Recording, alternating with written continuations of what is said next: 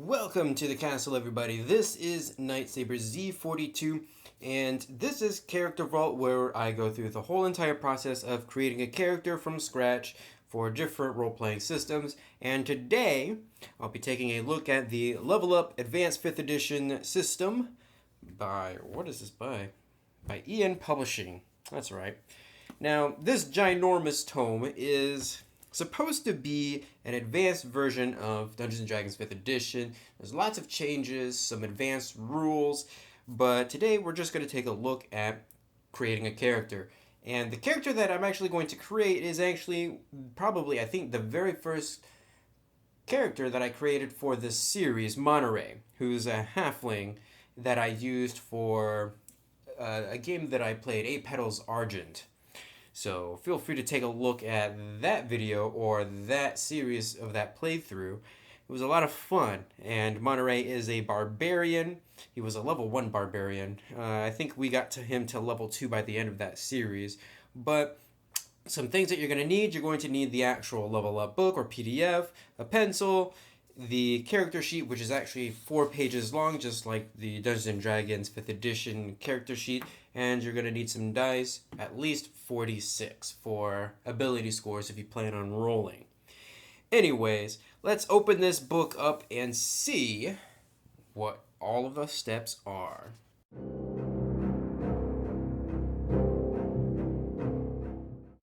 So character creation is chapter 1 of Level Up the book, and it does break things down a little bit. It tells you that at first you're going to determine your origin. Now, this is kind of misleading because your origin is actually 4 different things, like your heritage, your culture, your background, and then your destiny. That's all part of your origin right there. And you're going to determine your class and your level. If you are not level 1, then you're going to have to bump up some things like your hit points and stuff like that. You'll actually determine your hit points and your hit dice, which is based on your class. Your proficiency bonus, if you're level 1, is always going to be +2. Unless you start at a higher level, you won't have to really worry about that. And then you're going to determine your ability scores. Now, just like in 5th edition Dungeons & Dragons, there are 6 different ability scores: strength, dexterity, constitution, intelligence, wisdom, and charisma. So there's nothing really new there. Then you're going to get your equipment, set up your defense like your AC, which is based on your armor if you're wearing any, or your dexterity if you choose not to wear armor. And then things like your saving scores, as well as any offense from your weapons and stuff like that. If you are not creating a character from level 1 or from scratch, you might have to look up your proficiency bonuses here, but really your proficiency bonus only goes up at 5th level, which goes up to +3. It goes up to +4 at 9th level, 5 at 13th level, and to 6 at 17th level. So unless you're really playing a high level game, you're probably not going to have to worry about that. So anyways, let's take a look at our origin and see how we're going to build Monterey up.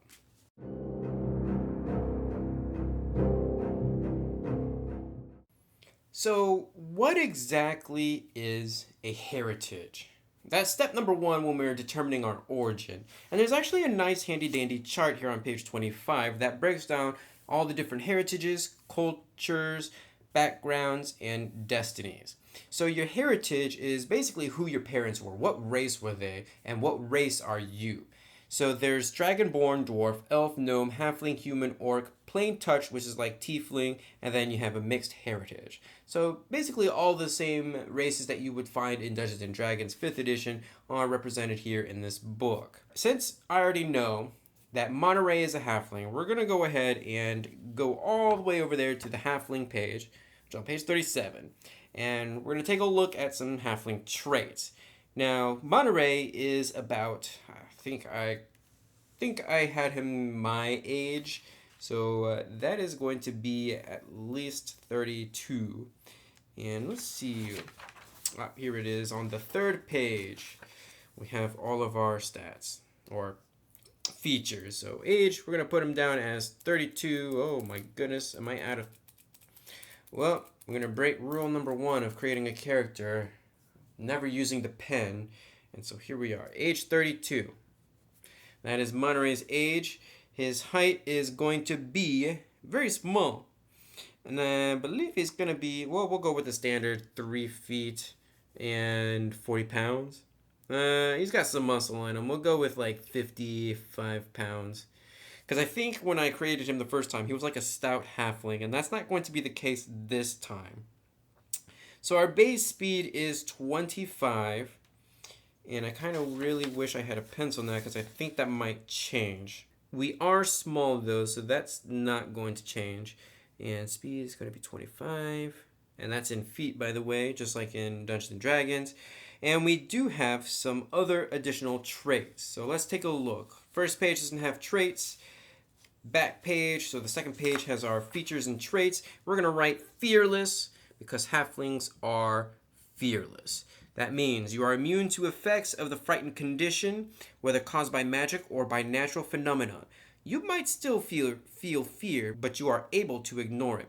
Alternatively, you might be unable to even experience that emotion and are unable to understand it in others. So we're just going to write immune to fear and be done with that. Halfling nimbleness. You can move through the space of any creature that is of a size larger than yours. So also very good to have, especially since every other race in this book is pretty much medium size, if I'm not mistaken. I think even dwarves are considered medium size. And my favorite feature, and I'm glad that they actually kept it in this version, is lucky. When you roll a 1 on a d20 for an ability check, attack roll, or saving throw, you can re-roll the die and must use the new roll. There's no cap on that. You basically roll a 1, you re-roll. But even if you roll a 1 the second time, you have to keep it. So there is that. So there we go. We have our 3 traits: fearless, halfling nimbleness, and lucky, which is my favorite. And gifts. Halflings are widespread, and the halflings from one borough may bear little resemblance to from the other end of the world. There are a few prominent trends in halflings, though. In addition to the traits found in your halfling heritage, select one of the following halfling gifts. So we have burrowing claws, which I believe allows you to dig. Yeah, you have burrow and you have claws, which are basically just extended nails. You have tuft feet, so you gain an expertise die on checks and saving throws made to resist being knocked prone, which would be nice since we're going to be a barbarian. Thick soles, you're immune to damage from sharp terrain hazards. Ooh, that's actually pretty nice. So let's go with that. Tuft feet. So our barbarian's going to have some tuft feet there. Basically like your hobbits from Lord of the Rings. And there we go. So we got big feet and thick soles. And halfling paragon when you reach the 10th level, which is not us. So we don't really need to worry about that. Although they do give you some suggested cultures in case you want to be more traditional like, I guess. And so some of the suggested cultures are the Kithbane halfling, the Mustbairn halfling, the Stout halfling, and the Tunnel halfling. So those are all of the things. And so let's move on to our culture.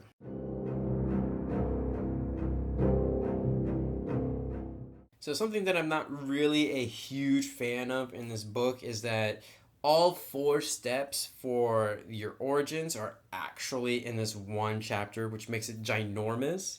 So step 2 for culture begins on page 47, and there's quite a few number of them. So you have caravaner, the circus folk, collegiate, cosmopolitan, deep dwarf, deep gnome, dragonbound, dragon cult, eladrin, forest gnome, forgotten folks, forsaken, godbound, high elf, hill dwarf, imperial, itinerant, Kithbane halfling, which was one of our suggested ones, lone wanderer, mountain dwarf, the Mustbairn halfling, nomad, settler, shadow elf, steam forged, stoic orc, stoneworthy, stout halfling, tinker gnome, tunnel halfling, tyrannized, villager, war hordling, wildling, wood, and wood elf. So that's quite a few number of cultures, and these are pretty much where you grew up. So the culture you are raised in is as important to your development as the family you were born into. While your chosen culture usually describes how your character grew up, the culture you choose could also represent the environment in which they spent a number of their formative years. And so for Monterey, I have decided that we are actually going to, well, we would have been raised in a around tunnel halflings. Our mom was well, had a burrow that we kind of lived in. And so halflings almost always build warrens as an act of rebellion. Warrens run on two main commodities: root vegetables and everything that isn't nailed down. Many farmers tell legends of spirit farm, ghosts that grow potatoes or turnips out in random pastures and harvest them in the middle of the night. Such tales are surefire tales that halfling warrens are about, with halflings industriously tending the crops from below. And so part of Monterey's backstory was that his mom had a lot of kids, and he was just one of them, and they were all of like different classes. And this is basically how I explained how I exclusively play halflings whenever I play Dungeons and Dragons. I play as one of Monterey's siblings, basically. So we have the following: fleet of foot. Your base walking speed increases to 35 feet. Yippee! I knew I was going to have to erase that 25. So let's change that 25 to a 35. Yeah. We also have rebellious tactics. You gain proficiency with one of the following skills: acrobatics, deception, nature, or stealth. Ooh, that's actually quite a choice to make already. So how about this? Rebellious tactics. Let's write that and I'll think about it. And I've gone ahead and chosen deception. So on the character sheet here, we have our skills. I'm going to go ahead and mark deception as one of our proficient skills. And all of these are basically from the 5th edition Dungeons and Dragons. So there's nothing really new there, although they do add engineering, which is what I see off the top of my head that I can tell that is different. So there is that. All right. So we have rebellious tactic. Slippery. When you are grappled, you can use your reaction to automatically escape that grapple. Once you have used this trait, you cannot do so again until you finish a long rest. That is actually pretty ballin', especially since we are a barbarian. We like to get in there very close, so sometimes other creatures or peoples might want to grab onto us. They think that we're small fry and that we're going to be easy to grab, but that's not the case. We're slippery. And we also have trained filcher. You gain proficiency in sleight of hand, and you gain an expertise die when picking a pocket or otherwise taking an item without notice. So let's add that to our skills. We have sleight of hand, which could come in handy. Remember, Monterey wanted to become an adventurer, and so he was also raised by a group of, not bandits per se, they were more like a gang. They weren't really like a tough gang, but they were still like a gang of friends and stuff like that. So he might have learned some of this stuff when he was hanging out with them. All right, so we got that out of the way. We also can read, speak, and write and sign common and halfling. There we go. 2 things right there off the bat. That's our culture. Let's take a look at backgrounds.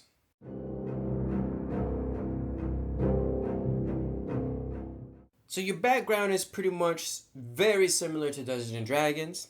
It turbines, what did you do? What was your job before you became an adventurer? So what did you do before you took up your adventuring career? Were you a mercenary, a weaver, a street performer? Although you no longer follow your old trade, your background provides you with ability score bonuses, skills, and other benefits that will serve you in your coming adventures. If your background provides a skill or tool proficiency you already have from another source, you can instead gain a different proficiency of the same type. And I'm assuming that means whether it's based off of strength, dexterity, constitution, intelligence, wisdom, or charisma, which they don't really specify on the skill, so I'm going to assume that it's not strictly tied down like it kind of is in Dungeons and Dragons, but oh well. And this is going to be the part where a note card is going to come in very handy. So for backgrounds, just like with cultures. There's quite a few number of them. So you have things like acolyte, and when you actually choose one, you get a whole list of things like your ability score increases, your skill proficiencies, any languages that you might get, suggested starting equipment. That's actually really cool. I really do like that, and I'll talk about that when I actually do my full review in the next video or something like that. But then you also have things like your connections, which is really interesting. It just kind of expands, your background a little bit more. So you have things like your acolyte, artisan, the charlatan, criminal, cultist, that's always a fun one, cultist, entertainer, exile, farmer, folk hero, gambler, guard, guild member, hermit, marauder, noble, outlander, sage, sailor, soldier, trader, and the urchin. So some of those are definite repeats from Dungeons & Dragons Player's Handbook. Some of them are kind of new. I'm actually going to choose the Outlander. You lived far from the farms and fields of civilization. You know the beauties and the dangers of the wilderness. Are you part of a nomadic tribe, a hunter or guide, a lone wanderer or explorer, a guardian of civilization against monsters, or of the old ways against civilization? So first thing off the bat, we get a +1 to Constitution and one other ability score. And I'm going to tell you right now, I am most definitely going to be choosing Strength for that. Next, we get some skill proficiencies. We have Survival in either Athletics or Intimidation.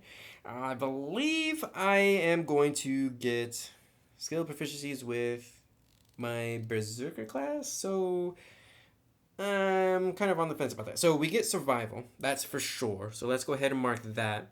And I'm going to go ahead and mark Athletics. And actually, it doesn't matter for the Berserker class because I would get Athletics or Intimidation anyways. I can choose into that. So I'm going to choose Athletics here just because. So there's that. We have tool proficiencies with an herbalism kit. Okay. Very interesting for that. Tool proficiencies, by the way, is on the front page down below the skills. So we have herbalism kit. And I'm also really not a big fan of just having an open box with no lines, because things can get really crowded very easily. Languages, one of your choice. I will actually, oh gosh, what did Monterey knew a language, but I can't remember what it was. It was either elf or dwarven. I'm gonna go with dwarven, and we'll just leave it at that. All right, so languages, suggested equipment, traveler's clothes, water skin, healer's satchel, and 7 days ration. I do kind of like that. So let us go ahead. We'll add that to our equipment. So we have two features. We have the trader feature and the adventures and advancement feature. Let's talk about the trader. If you're in or near the wilderness and have a trading relationship with a tribe, settlement, or other nearby group, you can maintain a moderate lifestyle for yourself and your companions by trading the products of your hunting and gathering. So that's pretty cool. Since we are outdoors a lot of the time, that only makes sense that we'd be able to gather stuff and that we can actually trade it with other people as well. And then we have adventures and advancement. During your travels, wilderness dwellers may come to you for help battling monsters and other dangers.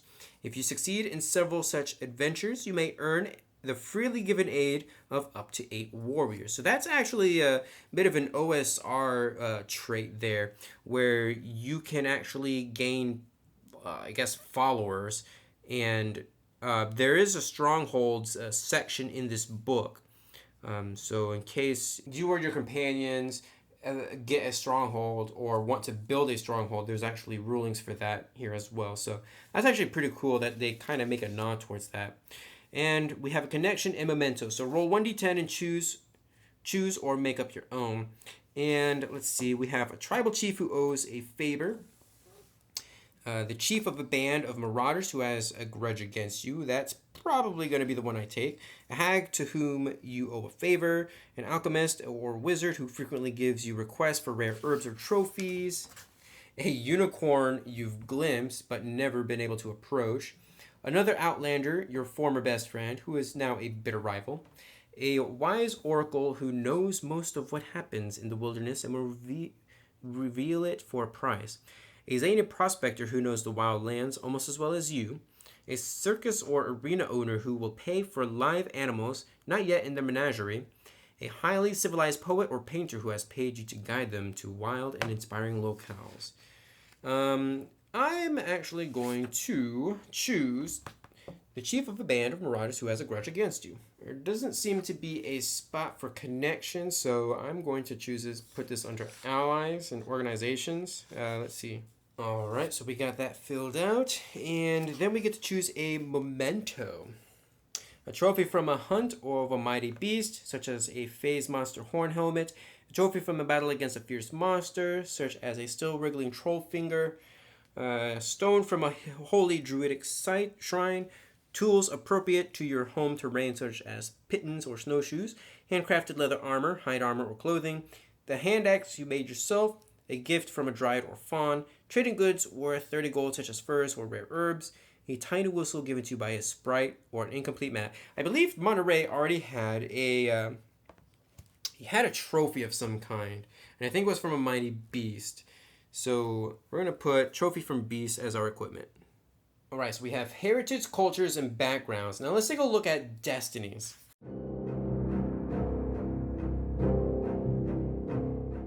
Destinies begin on page 95, and the best is that I can tell you, destinies are kind of like your goal, the things that you are continually going for, driving towards.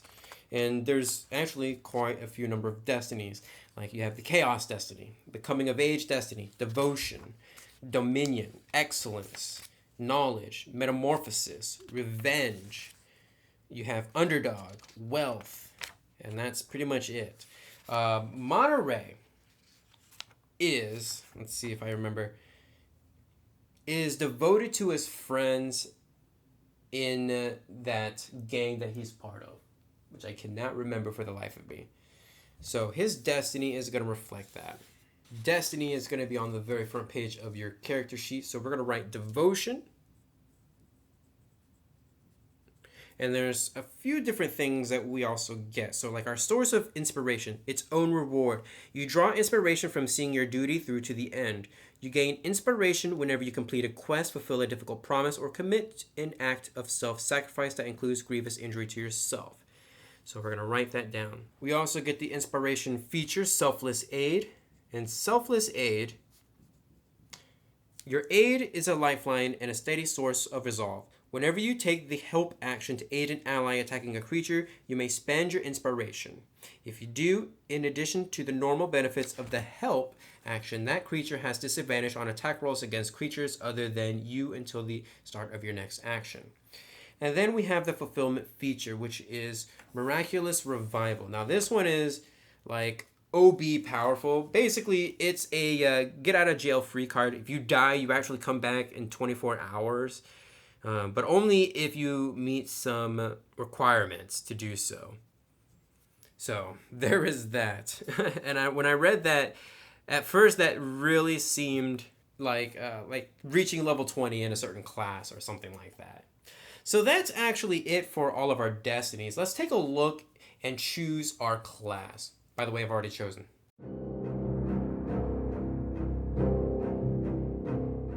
There are 13 classes this time around in Level Up, and they all seem to reflect in some way or another the classes that are in Dungeons & Dragons. Although there is a new class that I can't seem to really pinpoint a correlation to any class in Dungeons & Dragons, and that's the Marshal. But the 13 classes in alphabetical order are the Adept, A living weapon that hones their control over body and mind and channels their unwavering focus to achieve amazing feats. That's pretty much your monk class. You have the bard, a charismatic performer who uses their music as a conduit to wield powerful magic. The berserker, a warrior that harnesses their inner rage to dispense and absorb tremendous amounts of damage on the battlefield. That's basically the barbarian. The cleric, a holy guardian that channels divine energies to both heal and harm in service to their higher power. The druid, a secretive sage who shuns civilization and harnesses natural magic to call forth the elements and even change their own shape. You have the fighter, a master of martial techniques with expertise in a wide variety of weapons and combat maneuvers. There's the herald, an oath-bound warrior driven by an inner strength to champion their cause through might and holy magic. That's pretty much your paladin right there. And then you have the marshal, a natural leader and master of the art of strategic warfare who inspires others to greatness. You have the ranger, a wilderness and exploration expert who has honed their skills of survival and combat to endure even the most unforgiving wilderness in pursuit of their quarry. And then you have the rogue, a master of stealth and subterfuge, reliant on trickery, keen reflexes, and quick fingers to gain the upper hand. You have the sorcerer, a magic wielder whose power springs forth from an innate element of their blood or heritage. The warlock, a spellslinger who obtained arcane powers through an eldritch bargain with an otherworldly entity. And then you have the wizard, a spellcaster who has mastered the arcane arts through years of practice and diligent study. So those are your 13 classes, and the one that we are going to choose, which is actually Monterey's class, is the berserker, which is the barbarian. Now, at first level, we have the following things: +2 proficiency bonus, battle defense, developed talents, and rage. We have 2 rages per day, or in between long rests. We have 2 rage hit points, and talents known is 1.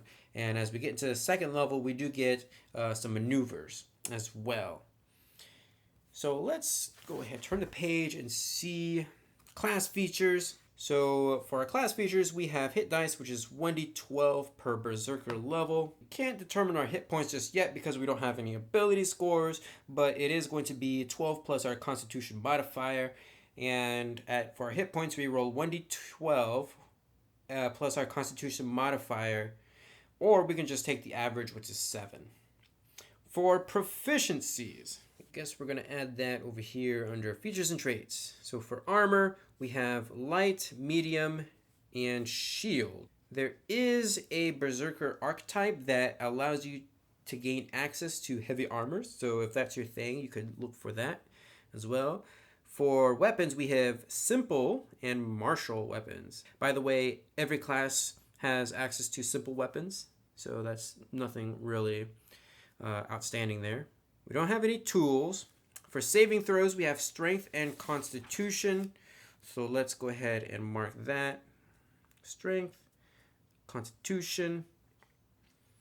For skills, we choose 4 from animal handling, athletics, intimidation, nature, perception, stealth, and survival. So we get 4 of those. We already have athletics. I am going to take intimidation as 1. I would like to take perception as another. That's also a very important one. We have survival already, so that means we're going to take nature and then stealth as our 4th one. So there we go. For equipment, we begin the game with 120 gold, which we can spend on your characters starting with weapons, armor, and adventuring gear. You can select your own gear or choose one of the following equipment packages. Also consult the suggested equipment section of your chosen background, which you've already done, and that was about 6 gold, I think, or something like that. Anyways, there's the Rugged Explorer set, which gives us a great sword, 4 javelins, spear, hide, medium shield, climbing gear, and explorer's pack. Or there's the Tracker set, which gives us a great axe, a short bow and quiver with 20 arrows, a chain, shirt, explorer's pack. And that's the one that we're going to take. I really do like these equipment packages, and they are actually listed in the equipment section. So it just gives you a nice, quick, and easy way to actually determine your gear. So anyways, something that we will do, we're going to at least prime ourselves ready for the equipment. So we have the great axe, I'm going to go ahead and write that in our attacks and spellcasting section. And armor, let's go ahead and look that up real quick. So we have a chain shirt, and I'm pretty sure we are not donning that mithril set. So I think it's going to be 13 plus dexterity modifier with a maximum of 2. So we don't have access to that quite yet, but I will try to remember that it's going to be 13. So there we go. We're at least primed and ready for that. So that's our equipment. Since we're only at first level, there's only a few things that we have to worry about. So battle defense. Starting at first level, you decide on how best to protect yourself on the battlefield, relying on barbaric might or encased in weighty armaments. Choose one of the following. We have the Juggernaut. You gain proficiency with heavy armor. In addition, your speed is not reduced by wearing heavy armor. You can still benefit from raging while wearing heavy armor, and you do not count the weight of any worn armor when determining your carrying capacity. And then we have rugged defense. While you are not wearing any armor, your armor class equals 10 plus your dexterity modifier plus your constitution modifier. You can use a shield and still gain the benefit. In addition, your speed increases by 5 feet while you aren't wearing heavy armor. At 5th level, your speed increased by an additional 5 feet. I'm actually going to go with the Juggernaut option here because I do like the idea of donning heavy armor. When you're not wearing armor, I feel kind of restricted in a way. Like, can't get anything magical, if that makes any sense. Like, you can get accessories, but like your armor itself, because you're not wearing any, is just gonna, be non-magical. So, anyways, we're gonna go ahead and write Juggernaut. Does give us access to heavy armors, which I'm gonna add to the end there. Even though we, I believe, have medium armor, we can still opt to buy some heavy armor in the future and increase our defense that way. All right, in addition to that, we have developed talents. Whether in the ruins of an ancient civilization, the barren terrain of the hinterlands, or the back alleys of a prosperous city, berserkers are adept at surviving and interacting with their environments. At first level, you gain a developed talent of your choice. Your developed talents are detailed at the end of the class description. The talent known column of the Berserker table shows when you learn more developed talents. So, as we've already mentioned here, our talents known is 1. We get another talent at 3rd level, then at 6th level, 8th level, 10th level, 13th level, 15th level, 18th level, and then at 20th level. So that's quite a few numbers. So let's go to the back and look for talents. So developed talents. You gain access to new developed talent. Choose one of the following. So some of these have level requirements, like lead the pack, you need to be at 5th level. I'm actually going to take the Mark of the Wilderness. So you have traveled far and seen much, and those around you can tell. You gain an expertise die on intimidation checks. In addition, you may always choose to use strength when rolling an intimidation or persuasion check, which that's pretty ballin'. Alright, there we go. Mark of the Wilderness. A nice handy bonus for us, especially if you like to make intimidation or persuasion checks. We just flex our muscles and all of a sudden they just want to come to our side.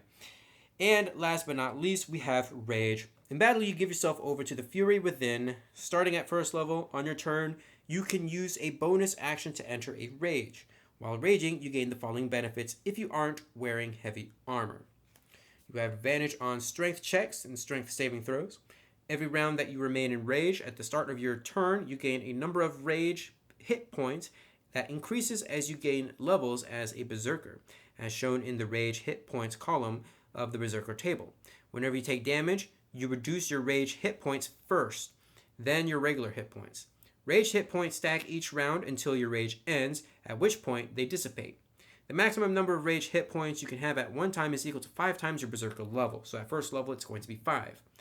You have resistance to bludgeoning, piercing, and slashing damage. If you are able to cast spells, you can't cast them or concentrate on them while raging. You gain no benefit from temporary hit points because you already got rage hit points. While raging, you cannot choose to use the fall back action. Your rage lasts for 1 minute. It ends early if you are knocked unconscious. You can also end your rage on your turn as a bonus action. Once you have raged the number of times shown for your Berserker level in the Rages column of the Berserker table, you must finish a long rest before you can rage again. So that's definitely going under features and traits. And that's actually quite a lot of stuff for the rage. So that's actually all there is for our class features at first level. Let's go ahead and finally figure out what our ability scores are.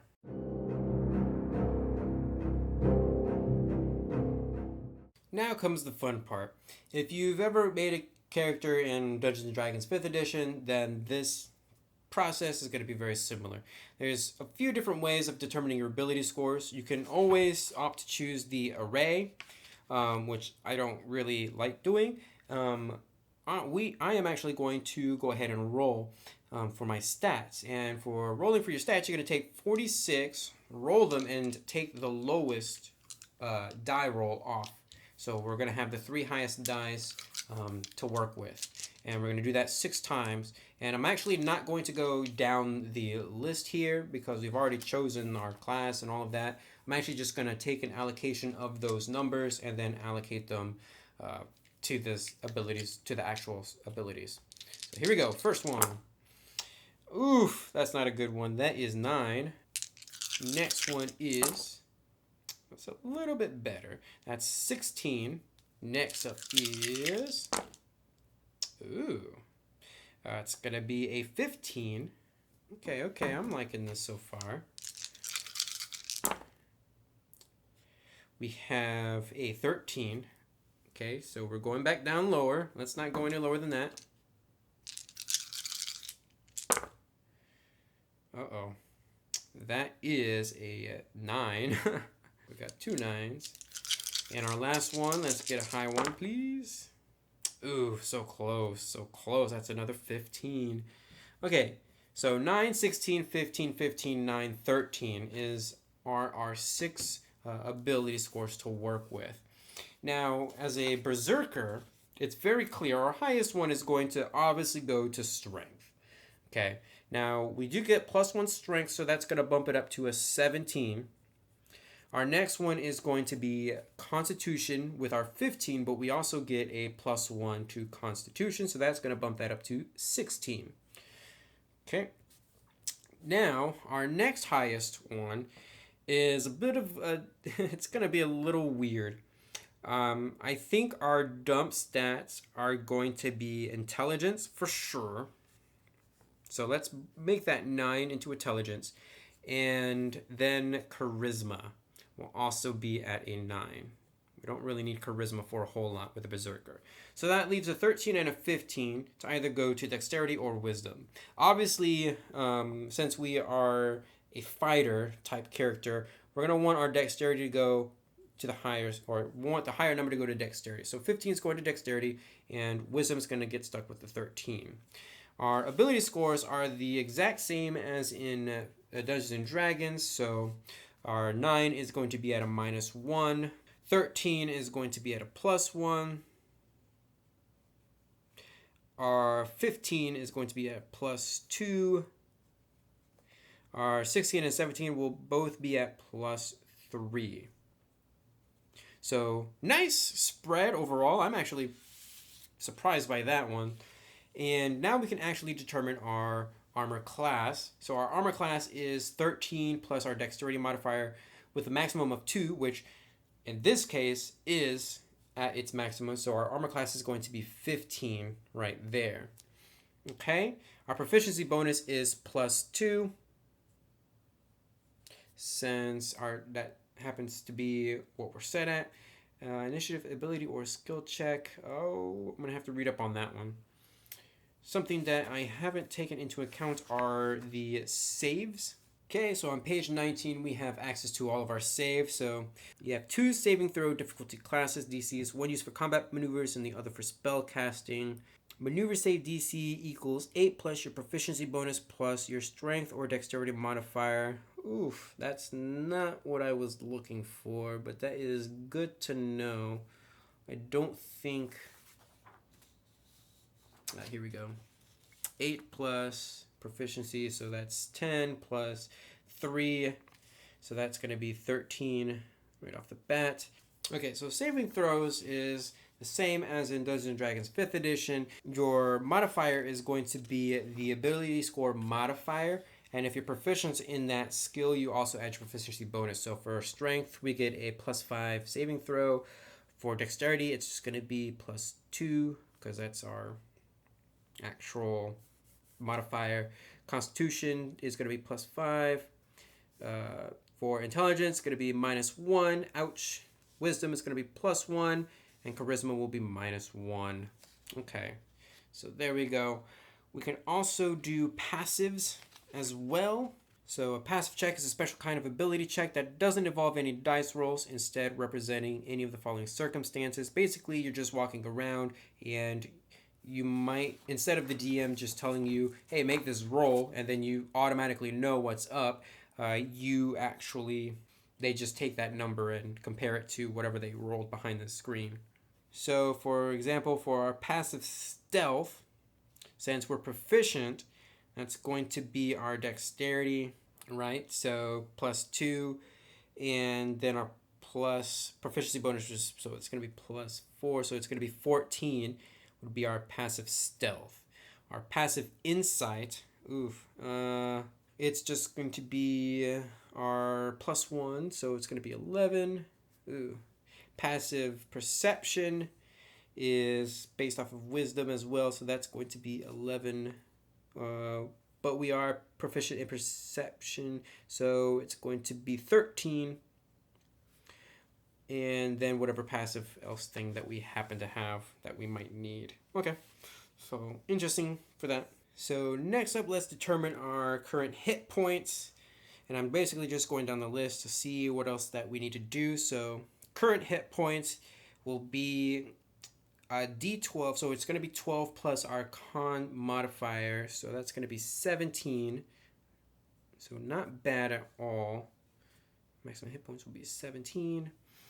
For our attack bonus, that's going to be +5, because that's going to be our strength modifier plus our proficiency bonus.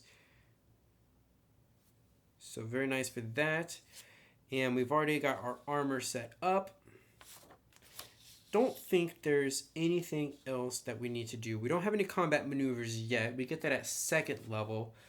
I'm not going to go into detail about the appearance or my character's backstory, because I've already done that as well. And we don't have any spells because we're berserkers. So that, I think, is everything that we need to do. I'm going to go back and check real quick just to be sure. All right, that looks like everything to me, at least from what the character creation chapter has told me. So that is it for Monterey, which he was featured in the 8 Petals Argent adventure that I played through on the channel. So feel free to go back and check that out, although that was using the Dungeons & Dragons rule set, not the level up set. So very interesting. I will tell you that a lot of the classes are thematically different this time around. You're not going to have as much versatility as in Dungeons & Dragons, especially if you add Xanathars or Tashas. So you're not a jack of all trade if you choose a class over another. You know, like how, I don't know, clerics can do basically everything based on what deity they worship or something like that. It's a little bit more focused here this time around, which can be a good thing or it could be bad. It depends on what you're really into. You still have that high level of fantasy superhero gameplay here. So by 20th level, your characters are going to be like gods, basically. So you're still going up to that. It's just you're just taking a different route. It's more focused, more streamlined in a little ways. And of course, there are some additional rules, especially when it comes to combat and things like that, which I'll go over in my review for Level Up. Anyways, that's going to be it for this video. Feel free to leave a comment down below. Give this video a huge thumbs up to support this series, and subscribe if you would like to see more. And I will see you guys in the next video.